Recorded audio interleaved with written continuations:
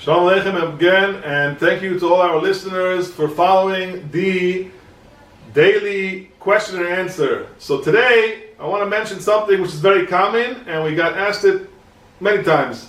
A person wants to know if you can go and make a shortcut out of a shul, right? Very often we find that the way a building is set, or the way a shul is set, it has two entrances, and many times a person can go and save himself a few minutes or a few seconds going and cutting himself through a shul. Is there any problem with cutting through a shul? And the question was, not only a shul itself, but also the Ezras Nashim. Many times the person has a shul where he's not going to go and cut through the whole shul, but maybe the ladies section, it's okay for him to cut through the shul. Is there any problem with that? So we know that the halacha is in Orach Chaim, Siman Kufnan Aleph, in Sifhei. We see over there that a person can't go and make a shortcut through a shul. It's a bizarre, it's a forbidden thing for a person to go and use the shul as a shortcut. That's not something which is a kavod to the Beis HaKnesses, and it's not a good thing to do. However, it's brought down in the Mishnah Berurah and other achronim that there's an eitzah. What's the eitzah? If a person goes into the shul, even if he doesn't sit down, but he goes in and as he's cutting through, he says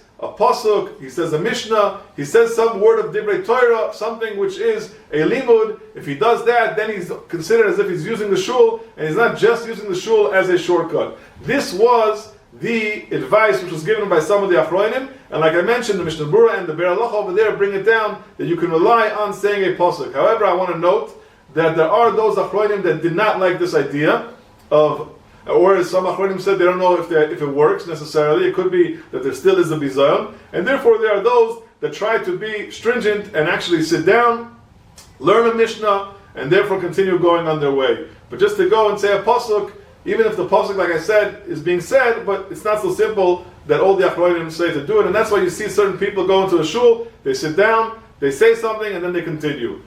Okay, that's the halacha, the basic halacha of going to a shul. However, many people have these questions. What is the shul? What exactly is the shul? The shul is the main sanctuary, the Ezras Nashim, the library. What exactly is going on over here? So the truth is, the poskim also discuss all these details, and in regards to the Ezras Nashim, we know it's a big machlokes in regards to the kedusha of the women's section, if it has the same kedusha of a men's section. However, l'halacha l'maisa, it's definitely brought down that a person should try to go and be machmir and not even cut through the women's section, unless he, like I said, does one of the eitzahs, which is to go say a pasuk according to the Mishnah Berurah, or to others to sit down and learn something. That is the idea in regards to the women's section. In regards to the library, which is connected to the shul, so there are more leniencies in regards to that. And therefore, somebody who wants to cut to the library who's not going to the shul, even though it's connected to the shul, there's not going to be a problem with that in regards to making a shortcut.